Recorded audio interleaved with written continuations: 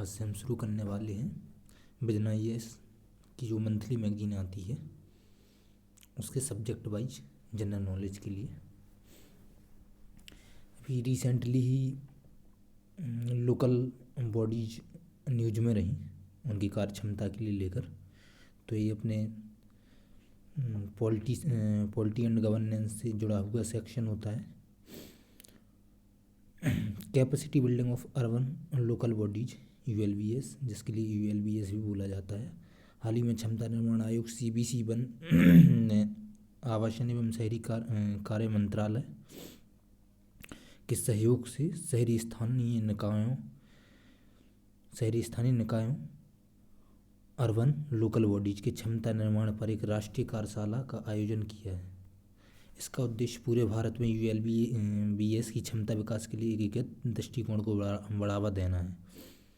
इससे जो संबंधित तथ्य हैं, इसमें 3 मुख्य पहलों की शुरुआत की घोषणा की गई है।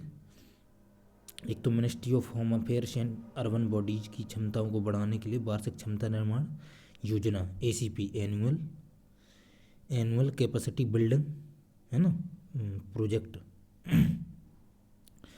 और 6 ULBs मतलब 6 अर्बन लोकल बॉडीज के लिए पायलट आधार पर वार्षिक क्षमता निर्माण योजना ACBP है ना। ये ULBS है अहमदाबाद, भुवनेश्वर, मैसूर, राजकोट, नागपुर और पुणे में। ULBS के लिए क्षमता निर्माण योजना तैयार करते हुए व्यापक टूल किट,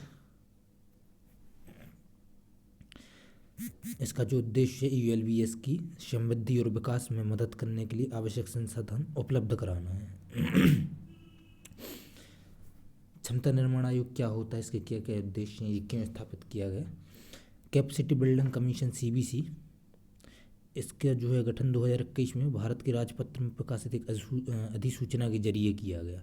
CBC के बारे में इसे एक स्वतंत्र निकाय के तौर पर गठित किया गया है। आयोग को पूरी तरह से कार्यकारी और वित्तीय स्वायत्तता प्राप्त है। यह राष्ट्रीय सिविल सेवा क्षमता निर्माण कार्यक्रम NPCSCB national programme for civil service है ना बिल्डिंग कैपेसिटी, जो कि मिशन कर्मयोगी का प्रमुख घटक है। कार्मिक और प्रशिक्षण विभाग डिपार्टमेंट ऑफ ट्रेनिंग है ना प्रैक्टिस एंड ट्रेनिंग द्वारा आयोग की सहायता की जाती है। सहयोगात्मक और साझा नजरिया अपनाते हुए विश्वसनीय एवं समान दृष्टिकोण वाली क्षमता निर्माण को आकार देना इसका उद्देश्य है। संरचना, इसमें अध्यक्ष और 2 सदस्य होते हैं है ना। अध्यक्ष और सदस्यों की सेवा शर्तें समय समय पर अधिसूचित की जाती हैं। सचिवालय, भारत सरकार के संयुक्त सचिव ग्रेड का एक अधिकारी इसका सचिव होता है। सचिवालय में समय समय पर आवश्यकता के अनुसार अनुमोदित कर्मचारी कार्य करते हैं। कार्य और जिम्मेदारियां सरकारी विभागों, संगठनों और एजेंसियों के साथ उचित समन्वय स्थापित करना, ताकि क्षमता के सुधार और साझा संसाधनों के निर्माण के लिए एक सामंजस्यपूर्ण एवं एकीकृत दृष्टिकोण विकसित हो सके। लक्ष्य की प्राप्ति के साथ साथ सिविल सेवाओं की स्थिति पर हर साल मानव संसाधन रिपोर्ट तैयार करना और सरकारी सेवा में कार्यरत मानव संसाधनों का ऑडिट करना इसके कार्य और जिम्मेदारी होते हैं। शहरी स्थानीय निकायों ULBS के बारे में। ULBS लघु आकार वाले स्थानीय निकाय हैं। ये एक निश्चित या परिभाषित आबादी वाली शहर या कस्बे को प्रशासित एवं प्रबंधित करते हैं। शहरी शासन स्थानीय संविधान की राज्य सूची की प्रविष्टि संख्या 5 का विषय है। ULBS राज्य सूची का विषय होने के कारण ULBS का प्रशासनिक ढांचा और कानून अलग अलग राज्यों में अलग अलग हैं। ऐसा नहीं कि सभी राज्यों में सेम होते हैं, जैसे उत्तर प्रदेश, महाराष्ट्र, राजस्थान, इनमें सभी में अलग अलग होंगे। भारतीय संविधान के 74वें संशोधन अधिनियम 1992 के तहत शहरी स्थानीय सरकारों को औपचारिक रूप से सरकार के तीसरे स्तर के रूप में मान्यता प्राप्त है। 74वें संविधान संशोधन अधिनियम में 3 प्रकार के ULBS के गठन का प्रावधान है। एक तो नगर पंचायत है ना, नगर पंचायत जो तहसील स्तर पर होती है। शहरी क्षेत्र परिवर्तित हो रहे होते हैं है ना। नगर पालिका परिषद म्यूनसिपल कॉरपोरेशन काउंसिल्स होती हैं जो छोटे शहरी क्षेत्रों के लिए, और नगर निगम। म्यूनसिपल कॉरपोरेशन बड़े शहरी क्षेत्रों के लिए। अधिनियम के द्वारा राज्य सरकार को अधिकार प्रदान किया गया है, वह इन निकायों को अपने अधिकार क्षेत्र से राजस्व एकत्र करने संबंधी कुछ कार्य, अधिकार और शक्ति सौंपें तथा निर्धारित समय पर इनका चुनाव कराया जाना अनिवार्य करें। यूएलबीएस के कार्यों में निम्नलिखित शामिल है: नगर नियोजन, जिसमें शहरी नियोजन भी शामिल है, भूमि उपयोग तथा भवनों, सड़कों एवं पुलों के निर्माण का विनिमय, शहरी गरीबी उन्मूलन आदि। यूएलबीएस के लिए क्षमता निर्माण की आवश्यकता क्यों पड़ी? बॉटम अप दृष्टिकोण का योजना निर्माण के जरिए क्षेत्रीय आकांक्षाओं अर्थात आर्थिक एवं सामाजिक विकास को पूरा करने के लिए भारत के शहरी केंद्र देश के लिए विकास के इंजन के रूप में कार्य करते हैं और देश की आर्थिक समृद्धि में लगभग 2/3 योगदान करते हैं। 2018 में भारत की शहरी आबादी लगभग 46 करोड़ थी। ऐसा अनुमान है कि यह दुगनी होकर 2050 तक 87.6 करोड़ हो जाएगी। स्मार्ट सिटी मिशन, अमृत मिशन आदि योजनाओं के सफल एवं प्रभावी क्रियान्वयन के लिए यूएलबीएस की योजना निर्माण संबंधी प्रक्रियाओं और संस्थागत भूमिकाओं व कार्यों को सुव्यवस्थित करने के लिए, ताकि वे स्थानीय और क्षेत्रीय योजनाओं को सार्थक रूप दे सकें। यूएलबीएस के क्षमता निर्माण हेतु किए गए कार्य या उपाय। शहरी स्थानीय निकायों के लिए क्षमता निर्माण योजना CBULBA capacity build for urban local bodies. इसका उद्देश्य बेहतर प्रशासन और वित्तीय प्रबंधन हेतु क्षमता निर्माण के जरिए शहरी स्थानीय सरकारों को मजबूत करना, जैसा कि 11वीं पंचवर्षीय योजना में बताया गया है। शहरी विकास के लिए क्षमता निर्माण CBUD capacity build for urban development परियोजना, यह विश्व बैंक द्वारा सहायता प्राप्त योजना है। मतलब इसके लिए कौन? वर्ल्ड बैंक जो होता है वो वित्तीय सहायता प्रदान करता है। इसका उद्देश्य चुनिंदा यूएलबीएस जो आर्थिक समृद्धि के केंद्र हैं का क्षमता निर्माण करना, शहरों के बेहतर प्रबंधन के लिए उनके कौशल में सुधार करना तथा शहरी गरीबी को कम करना। राष्ट्रीय शहरी digital mission ministry of home and urban affairs ने 2021 में इस मिशन की शुरुआत की थी। यह भारत के शहरी स्थानीय निकायों में नागरिक केंद्रित डिजिटल क्रांति लाने पर आधारित है। इसका उद्देश्य देश में डिजिटल गवर्नेंस के लिए एक रूपरेखा प्रदान करने हेतु एक साझा डिजिटल अवसंरचना तैयार करना है। यह रूपरेखा 3 स्तंभों या 3 पिलर्स है ना। ये कौन कौन से पिलर्स हो सकते हैं? पीपल, प्रोसेस, प्लेटफॉर्म, व्यक्ति, प्रक्रियाएं और प्लेटफॉर्म को ध्यान में रखती हैं। इस मिशन को संचालित करने का कार्य national institute of urban affairs NIUA national institute of urban affairs को सौंपा गया है। NIUA की स्थापना 1976 में हुई थी।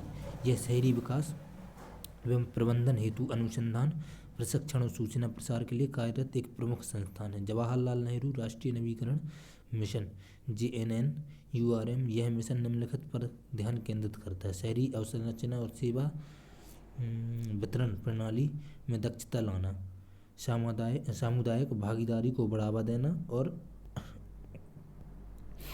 नागरिकों के प्रति यूएलबीएस सरकारी स्वामित्व वाली एजेंसियों की जवाबदारी सुनिश्चित करना। म्यूनसिपल बॉन्ड्स ये भारत में नगर निगमों और अन्य संबद्ध निकायों द्वारा धन जुटाने के लिए जारी किए जाने वाले वित्तीय लिखित इंस्ट्रूमेंट होते हैं। शहरी स्थानीय निकायों की क्षमता निर्माण से जुड़ी जो चुनौतियां हैं उनके लिए समझेंगे। कौशल की कमी। शहरी कार्यों नगर पालिका सेवाओं के प्रबंधन में लगे कर्मियों में विशेष प्रकार के कौशल का अभाव है। इसमें विशेषकर सामाजिक एवं आर्थिक नियोजन, साधारणीय शहरी नियोजन, वित्तीय प्रबंधन और ई-गवर्नेंस जैसे क्षेत्रों से संबंधित कौशल शामिल हैं। प्रशिक्षण कार्यक्रम। नगरपालिका कर्मचारियों में आवश्यक कौशल क्षमता की कमी होती है। प्रशिक्षण संस्थानों की क्षमता निर्माण सीमाएं इस समस्या को और बढ़ा देती हैं। ऐसे संस्थान के प्रशिक्षण पाठ्यक्रम किसी कार्यक्रम विशेष या किसी आयोजना विशेष को ध्यान में रखकर तैयार किए जाते हैं। इस तरह ऐसे पाठ्यक्रमों की उपयोगिता सीमित हो जाती है और विशेष तरह के कौशल के विकास में बाधा आती है। इसके अलावा राज्यों के प्रशिक्षण संस्थान शहरी प्रशासन के बजाय सामान्य और ग्रामीण प्रशासन पर अधिक ध्यान केंद्रित करते हैं। जागरूकता और भागीदारी की कमी, नागरिकों और यूएलबीएस के बीच संवाद का अभाव सूचनाओं के प्रभावी संचार में बाधा उत्पन्न करता है। इसमें यूएलबीएस को नागरिकों से फीडबैक प्राप्त करने में समस्या आती है। गौरतलब है कि नागरिकों के फीडबैक यूएलबीएस के क्षमता निर्माण के लिए मुख्य प्रेरक के रूप में कार्य करते हैं। अधिकारों का आंशिक हस्तांतरण। 73वें और 74वें संविधान संशोधन अधिनियम के तहत स्थानीय निकायों हेतु विभिन्न कार्यों विषयों को सूचीबद्ध किया गया है। हालांकि व्यवहार में इन्हें पर्याप्त वित्तीय अधिकार हस्तांतरित नहीं किए गए हैं। अतः स्थानीय शासन के पास जिम्मेदारियां तो अधिक हैं, लेकिन इन्हें पूरा करने के लिए पर्याप्त वित्तीय अधिकार उपलब्ध नहीं है। उदाहरण के लिए बिहार के यूएलबीएस की कमजोर वित्तीय स्थिति के कारणों में शामिल हैं अनुदानों को जारी करने में देरी, फंड्स का अपर्याप्त हस्तांतरण, कर की दरों में संशोधन करने में देरी, भूमि जोतों का आकलन करने में देरी। आगे की राह क्या हो सकती है इनमें सुधार करने के लिए? प्रशिक्षण महत्वपूर्ण, गुणवत्तापूर्ण प्रशिक्षण कंटेंट डिजाइन किया जाना चाहिए। इसमें क्लासरूम आधारित प्रशिक्षण और ऑन फील्ड प्रशिक्षण की ज़रूरतों वाले कंटेंट शामिल होना चाहिए। निजी शैक्षणिक तथा गैरकारी प्रशिक्षण और अनुसंधान संगठनों को इनमें शामिल करने से क्षमता निर्माण संस्थानों की कमी को पूरा किया जा सकता है। पेशेवरों की दक्षता में वृद्धि। नगरपालिका विभागों में एक मजबूत और दक्ष कार्य बल के निर्माण हेतु कैडर प्रणाली विकसित की जानी चाहिए और इन्हें विशेष कार्यों हेतु विशिष्ट प्रशिक्षण भी प्रदान किया जाना चाहिए। इनका एक उदाहरण है इंजीनियरिंग विभाग। इसके अलावा नगरपालिका की पेशेवर दक्षता को बढ़ाने के लिए नगरपालिका कैडर विशेष रूप से बड़े यूएलबीएस में विशेष कौशल वाले पेशेवरों की पार्श्विक नियुक्ति लेटरल हायरिंग की जाती है। जागरूकता पैदा करना। नागरिकों को संगठित करने के लिए उनकी सक्रिय भागीदारी सुनिश्चित करने और जनता के बीच जागरूकता पैदा करने के लिए अभियान चलाए जा सकते हैं। इनमें शैक्षणिक संस्थानों, गैर सरकारी संस्थानों इत्यादि के लिए भी मदद की जा सकती है। राजकीय विकेंद्रीकरण। स्थानीय शासन के प्रभावी संचालन के लिए वित्तीय विकेंद्रीकरण एक आवश्यक पहलू है। जहाँ तक संभव हो संसाधन जुटाने के साथ साथ व्यय के मामले में स्वायत्तता प्रदान करने पर भी ध्यान दिया जाना चाहिए। इससे स्थानीय संस्थानों को प्रशिक्षण हेतु धन आवंटित करने और विकास संबंधी कार्यों को प्रभावी ढंग से पूरा करने की उनकी क्षमता बढ़ेगी। तालमेल। स्थानीय संसाधनों निकायों के बीच तालमेल बढ़ाने, एक रूपता लाने, स्थानीय निकायों की संरचना को संस्थागत बनाने के लिए इससे अप्रत्यक्ष रूप से यूएलबीएस की संस्थागत और मानव संसाधन क्षमता में वृद्धि होगी। शहरी नियोजन में लगे लोगों के लिए प्रदान किए जाने वाले कौशल। मात्रात्मक एवं गुणात्मक अनुसंधान के बारे में परियोजना की संरचना बनाना, रणनीतिक योजना बनाना, सर्वसम्मति हासिल करना और ध्येय बरतना। सर्वेक्षण एवं मानचित्रण के बारे में तार्किक सोच, वित्तीय मॉडलिंग बनाना, नेतृत्व एवं टीम प्रबंधन। नीति बनाने से संबंधित कौशल, बहुक्षेत्रीय मुद्दों से जुटी समस्याओं का समाधान, क्षमता, जीआईएस और रिमोट सेंसिंग के बारे में परियोजना मूल्यांकन एवं निगरानी। दस्तावेजीकरण और विजुअल प्रस्तुति के बारे में, अलग अलग क्षेत्र के बारे में जागरूकता लाना, ब्रियावा के कानूनी फ्रेमवर्क के बारे में बताना और प्रशिक्षित करना, अपनी बात को बेहतर और तरीके से रखना एवं उस पर लोगों की सहमति हासिल करना। तकनीकी कौशल, प्रबंधकीय कौशल। इसके बाद दूसरा टॉपिक है राजनीति का अपराधीकरण, क्रिमिनलाइजेशन ऑफ पॉलिटिक्स। ये सुर्खियों में क्यों है? हाल ही में भारत के लोकसभा और राज्यसभा के वर्तमान सांसदों का विश्लेषण 2023 का जो एनालिसिस आया है 2023 का, इसमें एक जो रिपोर्ट जारी की गई है उसमें कुछ तथ्य दिए गए हैं। इस रिपोर्ट को association for Democratic reforms ADR और नेशनल इलेक्शन वॉच ने जारी किया है।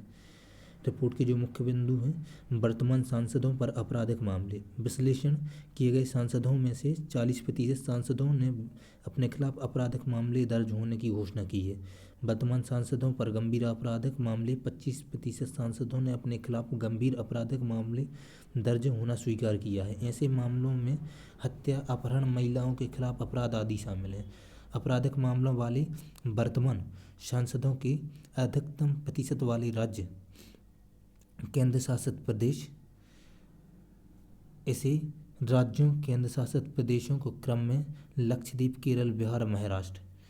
1999 में IIM अहमदाबाद के प्रोफेसरों के एक समूह ने ADR की स्थापना की थी। इसका उद्देश्य निर्वाचन और राजनीतिक सुधारों के क्षेत्र में निरंतर कार्य करते हुए शासन व्यवस्था में सुधार करना एवं लोकतंत्र को मजबूत करना है। राजनीतिक अपराधीकरण का प्रभाव भ्रष्टाचार का संस्थागत होना एवं विश्वास में कमी आना।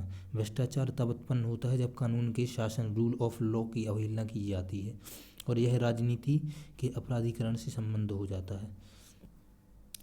ट्रांसपेरेंसी इंटरनेशनल द्वारा जारी किए गए करप्शन परसेप्शन इंडेक्स 2022 के अनुसार भारत 180 देशों में 85वें स्थान पर 85वें नंबर पर है। इसके अतिरिक्त यदि आपराधिक पृष्ठभूमि वाले राजनेता लोक पद धारण करते हैं तो इससे राजनीतिक व्यवस्था में जनता का विश्वास कम होने लगता है। राजनीतिक दलों का अपराधीकरण ऐसा इस कारण होता है क्योंकि आपराधिक तत्व राजनीतिक दलों पर नियंत्रण हासिल करके उनका अपने निजी लाभ हेतु उपयोग करने लगते हैं। इसमें दल के आंतरिक लोकतंत्र पर भी प्रतिकूल प्रभाव पड़ता है। राजनीति का अपराधीकरण। द्वितीय प्रशासनिक सुधार आयोग ने अपनी चौथी रिपोर्ट शासन में नैतिकता, एथिक्स एंड गवर्नेंस में चुनावी प्रक्रिया में अपराधियों की भागीदारी को राजनीति का अपराधीकरण कहा है। इसके लिए जो जिम्मेदार कारक होते हैं, एक तो साठगांठ, अर्थात आपराधिक गिरोह, पुलिस, नौकरशाही और राजनेताओं के बीच साठगांठ होती है तो ये पैसे ले दे के मामलों के लिए सॉर्ट आउट कर लेते हैं। बाहुबल। प्रायः राजनीतिक दल और निर्दलीय उम्मीदवारों काफ़ी पैसा खर्च कर वोट खरीदने एवं अन्य अवैध गतिविधियों को अंजाम देने के लिए अपराधियों को सहारा लिया जाता है। बाहुबल मतलब किसी का अच्छा वर्चस्व है ना, तो वो पैसे ले दे के या अपने पावर के दम पर, है ना, या अपने बाहुबल वर्चस्व के दम पर उम्मीदवारों के लिए अपनी ओर कर लेते हैं, निर्दलीय उम्मीदवारों के लिए, और उनसे पैसे ले दे के वोटों को खरीद लिया जाता है मतों के लिए। जीतने की संभावना। यदि किसी बाहुबल जिसका अच्छा खासा बाहुबल है, वर्चस्व है समाज में, है ना, पावर है, तो वो यदि उसकी जीतने की संभावना होती है तो वो पैसे की दम पर या अपने वर्चस्व के दम पर, है ना, खुद के लिए टिकट हासिल कर लेता है कि मैं जीत जाऊंगा। तो इसके लिए ADR की एक रिपोर्ट आई थी जिसके अनुसार उम्मीदवारों की तुलना में आपराधिक छवि वाले उम्मीदवारों को जीतने की संभावना दुगनी होती है ना, जो जिनका अच्छा खासा वर्चस्व होता है उनके जीतने की उम्मीद ज़्यादा होती है। समय पर लोगों को न्याय न मिलना और विधि के शासन की उपेक्षा। न्यायिक प्रक्रियाओं में लगने वाले समय और इससे संबंधित उच्च लागत के चलते ऐसा होता है। मतलब यदि न्यायिक प्रक्रियाओं में जो व्यक्ति जिसके खिलाफ क्राइम हुआ है, अपराध हुआ है, तो जो न्यायिक प्रक्रिया है उसमें उसकी धीमी गति होने का कारण, है ना, प्रक्रिया धीमी होने के कारण भी एक बड़ा प्रभाव देखने को मिलता है। वोट बैंक सबसे बड़ा, है ना, कारक होता है अपराधीकरण के लिए कि राजनीतिक दल अपराधियों को बढ़ावा देते हैं ना। राजनीतिक दल जो होते हैं उन्हें पता होता है कि इस व्यक्ति का समाज में वर्चस्व, इस समाज में वर्चस्व अच्छा है ना, तो उसके लिए वो अपनी पार्टी में शामिल करने के लिए दमखम लगाते हैं और उसके लिए बड़े से बड़ा कैबिनेट पद देने का वादा करते हैं। धनबल। जिसके पास अच्छा खासा पैसा होता है उसके लिए भी पार्टी अपनी ओर आकर्षित करती है ना। अन्य कारक भी हो सकते हैं जैसे अपराधियों और राजनेताओं के बीच साठगांठ होती है ना। जांच और अभियोजन एजेंसियों की कार्यप्रणाली पर नकारात्मक प्रभाव। अपराधियों और राजनेताओं के बीच साठगांठ के कारण एजेंसियों की कार्यप्रणाली नकारात्मक रूप से प्रभावित हो सकती है। 2017 में सुप्रीम कोर्ट ने अपनी एक टिप्पणी में केंद्रीय अन्वेषण ब्यूरो CBI को पिंजरे में बंद तोता तथा अपने मालिक की आवाज़ कहा था। दोष सिद्धि दर में गिरावट। सुप्रीम कोर्ट की एमकेस, है ना, क्यूरी रिपोर्ट 2022 के अनुसार देश भर में कानून निर्माताओं के खिलाफ 5,097 मामले लंबित हैं। स्वतंत्र एवं निष्पक्ष चुनाव पर प्रभाव। अपराधियों द्वारा चुनावों में धन और बाहुबल के उपयोग के कारण चुनाव स्वतंत्र एवं निष्पक्ष तरीके से आयोजित नहीं हो पाते हैं। सेंटर फॉर मीडिया स्टडीज के अनुसार 2019 के लोकसभा और आम चुनावों के दौरान लगभग $8 बिलियन खर्च किए गए थे। राजनीति के अपराधीकरण को रोकने के लिए किए गए उपाय। कानूनी उपाय। लोक प्रतिनिधित्व अधिनियम 1951 की धारा 8(3) के अनुसार कोई भी कानून निर्माता, विधायक, सांसद जिसे कम से कम 2 वर्ष के कारावास की सजा सुनाई गई हो, तो वह दोषी ठहराए जाने की तिथि से सदन की सदस्यता के लिए अयोग्य माना जाएगा। साथ ही ऐसे व्यक्ति जो सजा पूरी होने की तिथि से 6 वर्ष तक चुनाव लड़ने के लिए प्रतिबंधित कर दिया जाएगा। जैसे कि अभी लालू यादव जी है ना, चारा के मामले में है ना, बाहर चल रहे हैं 6 साल के लिए, प्रतिबंधित कर दिया जाएगा। इस प्रकार की अयोग्यता को संविधान के अनुच्छेद 102 के तहत उपबंधित किया गया है। इसमें यह प्रावधान किया गया है कि संसद द्वारा पारित कानून के तहत किसी सांसद को अयोग्य घोषित किया जा सकता है।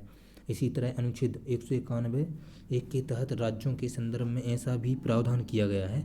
न्यायिक निर्णय।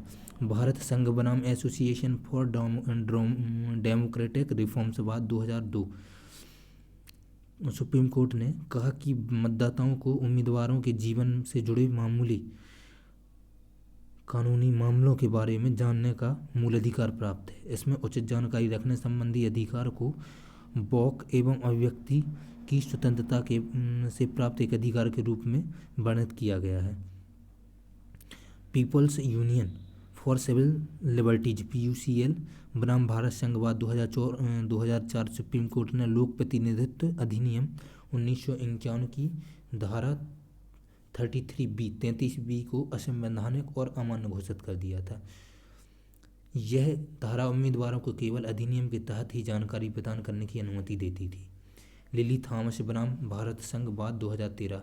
सुप्रीम कोर्ट ने लोक प्रतिनिधित्व अधिनियम 1951 की धारा 8(4) को असंवैधानिक घोषित कर दिया था। इस धारा के तहत किसी मामले में दोषी ठहराया गया सांसद या विधायक को अपनी दोष सिद्धि के निर्णय के खिलाफ की गई अपील का निपटान होने तक पद पर बने रहने की अनुमति मिली हुई थी। उन्होंने उच्चतर न्यायपालिका में 3 माह के भीतर अपील करने की अनुमति दी गई थी, तब तक वे अपने पद पर बने रह सकते थे। उल्लेखनीय है कि सुप्रीम कोर्ट ने इस बात में निर्णय था कि दोष सिद्धि की स्थिति में अपील के लिए 3 माह का समय दिए बिना ही सदन की सदस्यता से तत्काल प्रभाव से अयोग्य घोषित कर दिया जाएगा। पब्लिक इंटरेस्ट फाउंडेशन बनाम भारत संघवाद 2018। SC ने राजनीतिक दलों को अपने उम्मीदवारों के आपराधिक रिकॉर्ड्स को अपनी वेबसाइट, सोशल मीडिया हैंडल्स और समाचार पत्रों में प्रकाशित करने का आदेश दिया था कि जो उम्मीदवार है उसके लिए अपने जो आपराधिक मामले हैं वो सब, और राजनीतिक दलों के लिए भी कि अपने उम्मीदवारों के लिए कि जो आपराधिक मामले हैं उनके लिए न्यूज और मतलब सोशल साइट्स वगैरह और समाचार पत्रों में प्रकाशित करना कंपलसरी किया था। रामबाबू सिंह ठाकुर बनाम सुनील अरोड़ा 2020। सुप्रीम कोर्ट ने अपने 2018 के निर्देशों को दोहराया। साथ ही न्यायालय ने निर्वाचन आयोग को निर्देश दिया कि वह राजनीतिक दलों द्वारा किसी भी गैर अनुपालन के संबंध में सुप्रीम कोर्ट को रिपोर्ट करे। चुनाव सुधारों से संबंधित अलग अलग आयोग समितियां जो बनाई गई हैं। NN बोहेरा समिति रिपोर्ट 1993। इस रिपोर्ट में राजनीति के अपराधीकरण पर यह तथ्य प्रकट किया गया था कि देश के अलग अलग हिस्सों में मौजूद आपराधिक गुटों, पुलिस, नौकरशाहों और राजनेताओं के बीच साठगांठ स्पष्ट रूप से सामने आई है। अन्य आयोग कौन से हैं? संविधान के कामकाज की समीक्षा के लिए एक राष्ट्रीय आयोग 2001 बनाया गया है ना। दूसरा प्रशासनिक सुधार आयोग 2008 में बनाया गया था। आगे की राय क्या हो सकती है? दोषियों के चुनाव पर आजीवन प्रतिबंध है ना। भारतीय निर्वाचन आयोग ने 2004 और 2016 में प्रकाशित प्रस्तावित चुनाव सुधारों में इसका उल्लेख किया था।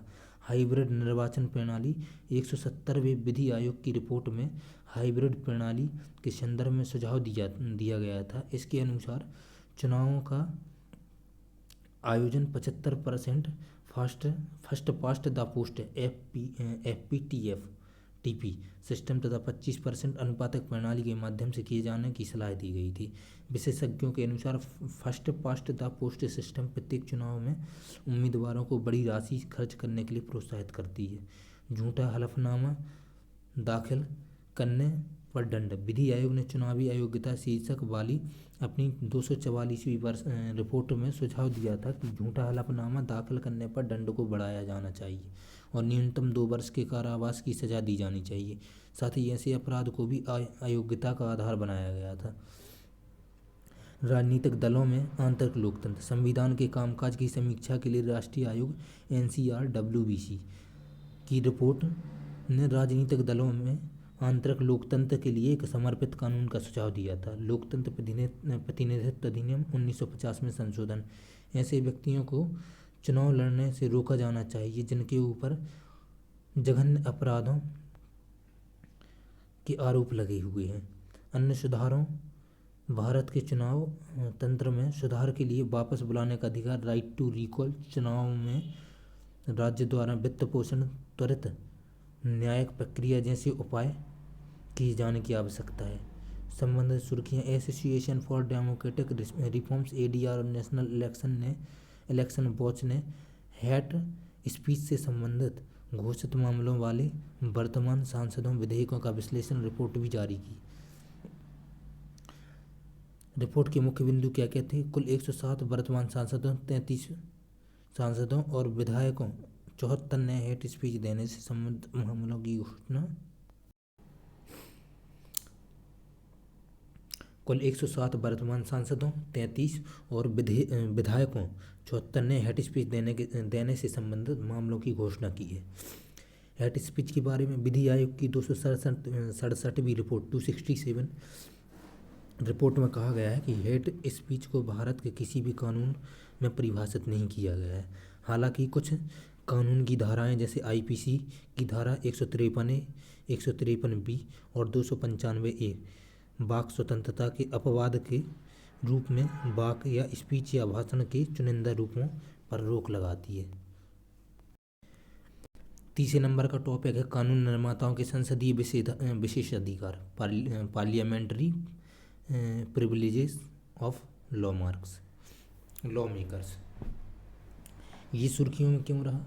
हाल ही में SC ने भारत के मुख्य न्यायाधीश की अध्यक्षता में 7 न्यायाधीशों की एक संविधान पीठ का गठन किया है। यह पीठ PV नरसिम्हा राव बाद 1998 में 5 न्यायाधीशों की संविधान पीठ द्वारा दिए गए निर्णय पर पुनर्विचार करेगी। अन्य संबंधित तथ्य। गौरतलब है कि PV नरसिम्हा राव बाद 1998 में SC द्वारा दिया गया निर्णय झारखंड मुक्ति मोर्चा JMM रिश्वत मामले 1993 से जुड़ा हुआ है। ज्ञातव्य है कि 1993 में नरसिम्हा राव ने अविश्वास प्रस्ताव से बचने के लिए कथित तौर पर सभी दलों के कई सांसदों को रिश्वत दी थी। निर्णय के अनुसार संविधान के अनुच्छेद 105(2) और 194(2) के तहत सांसद व विधायक को प्राप्त कानूनी उन्मुक्ति सांसद व विधानमंडल में किसी भी भाषण या मत के लिए रिश्वत के आरोप में आपराधिक मुकदमे से भी संरक्षण प्रदान करती है। सुप्रीम कोर्ट ने इस पर निर्णय पर पुनर्विचार करने का फैसला किया है। संविधान के अनुच्छेद 105(2) और 194(2) में यह लिखा हुआ है कि संसद व विधानमंडल में सांसदों व विधायकों द्वारा कही गई किसी बात या दिए गए मत के संबंध में उनके खिलाफ किसी न्यायालय में कोई कार्रवाई नहीं की जाएगी। संसदीय विशेषाधिकारों के बारे में।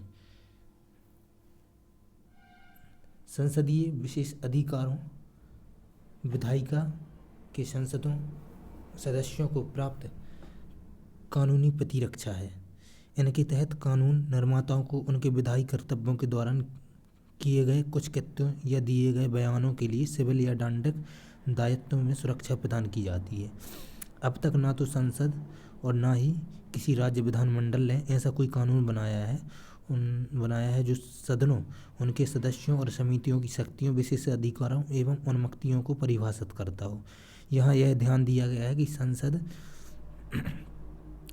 अभी तक सभी विशेष अधिकारों को विस्तृत रूप से संहिताबद्ध करने के लिए कोई विशेष कानून नहीं बनाया है। ये विशेष अधिकार 5 स्रोतों पर आधारित हैं, अर्थात संवैधानिक प्रावधान, संसद द्वारा बनाए गए अलग अलग कानून, दोनों सदनों के नियम, संसदीय परंपराएं और न्यायिक व्याख्याएं। केवल संसद को ही यह सुनिश्चित करने का अधिकार है कि सदन के विशेष अधिकारों का उल्लंघन या सदन की अवमानना हुई है अथवा नहीं। किसी भी न्यायालय को यह शक्ति नहीं सौंपी गई है। सदन का कोई भी सदस्य सभापति या अध्यक्ष की समिति से विशेष अधिकार हनन से जुड़ा प्रश्न उठा सकता है। वे कौन से प्रावधान हैं जो सांसदों विधायकों को अभियोजन प्रोसिक्यूशन से छूट प्रदान करते हैं? अनुच्छेद 105 संसद के दोनों सदनों और उसके सदस्यों तथा समितियों की शक्ति और विशेष अधिकारों से संबंधित है। इसी प्रकार अनुच्छेद 194 राज्य विधानमंडलों के सदनों और उनके सदस्यों तथा समितियों की शक्ति, विशेष अधिकारों एवं उन्मुक्तियों इम्यूनिटीज की रूपरेखा का प्रावधान करता है। कार्यवाही के प्रकाशन पर रोक लगाने का अधिकार अनुच्छेद 105(2) में प्रावधान किया गया है कि कोई भी सांसद संसद के किसी भी सदन के प्राधिकार के तहत प्रकाशित किसी भी प्रतिवेदन, पत्र, मतपत्र या कार्यवाही के संबंध में उत्तरदायी नहीं होगा। विशेष अधिकार का के जो उल्लंघन होते हैं वो कैसे किए जाते हैं? यदि कोई व्यक्ति या प्राधिकारी किसी सदस्य या सदन के संसदीय विशेष अधिकार की उपेक्षा करता है या उसे कमजोर करता है तो इसे विशेष अधिकार का उल्लंघन कहा जाता है। सदन की अवमानना, कंटेम्प्ट ऑफ द हाउस। विशेष अधिकार का उल्लंघन सदन की अवमानना से अलग होता है। इसे ऐसे किसी भी कार्य के रूप में परिभाषित किया गया है जो संसद के किसी भी सदन में कामकाज में बाधा उत्पन्न करता है या जो ऐसे सदन के किसी सदस्य या अधिकारी के कर्तव्य के निर्वहन में बाधा उत्पन्न करता है या जिस प्रत्यक्ष या अप्रत्यक्ष रूप से ऐसे परिणाम उत्पन्न करने की प्रवृत्ति होती है। विशेष अधिकार के उल्लंघन या सदन की अवमानना के लिए सजा। विशेष अधिकार के उल्लंघन या अवमानना के दोषी पाए गए व्यक्ति की निंदा की जा सकती है, चेतावनी दी जा सकती है या जेल भेजा जा सकता है। सदन द्वारा किसी दोषी को अवमानना के लिए हिरासत या जेल भेजने की अवधि सदन के सत्र की अवधि तक सीमित करते हैं। यदि सदन के सदस्य दोषी पाए जाते हैं तो उन्हें सदन से निलंबित किया जा सकता है या उन्हें निष्कासन का सामना करना पड़ सकता है। केवल संसद को ही यह सुनिश्चित करने का अधिकार है कि सदन के विशेष अधिकारों का उल्लंघन या सदन की अवमानना हुई है अथवा नहीं। किसी भी न्यायालय को यह शक्ति नहीं सौंपी गई है। सदन का कोई भी सदस्य सभापति और अध्यक्ष की समिति से विशेष अधिकार हनन से जुड़े प्रश्न उठा सकता है। वे कौन कौन से प्रावधान हो सकते हैं?